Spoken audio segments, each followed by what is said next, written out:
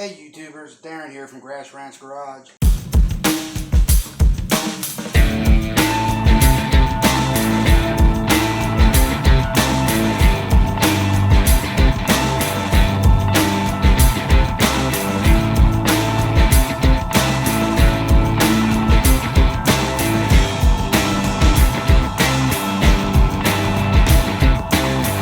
Hey YouTube, Darren here with Grass Ranch Garage, and we're back with some more hard to find John Deere Sabre mower parts.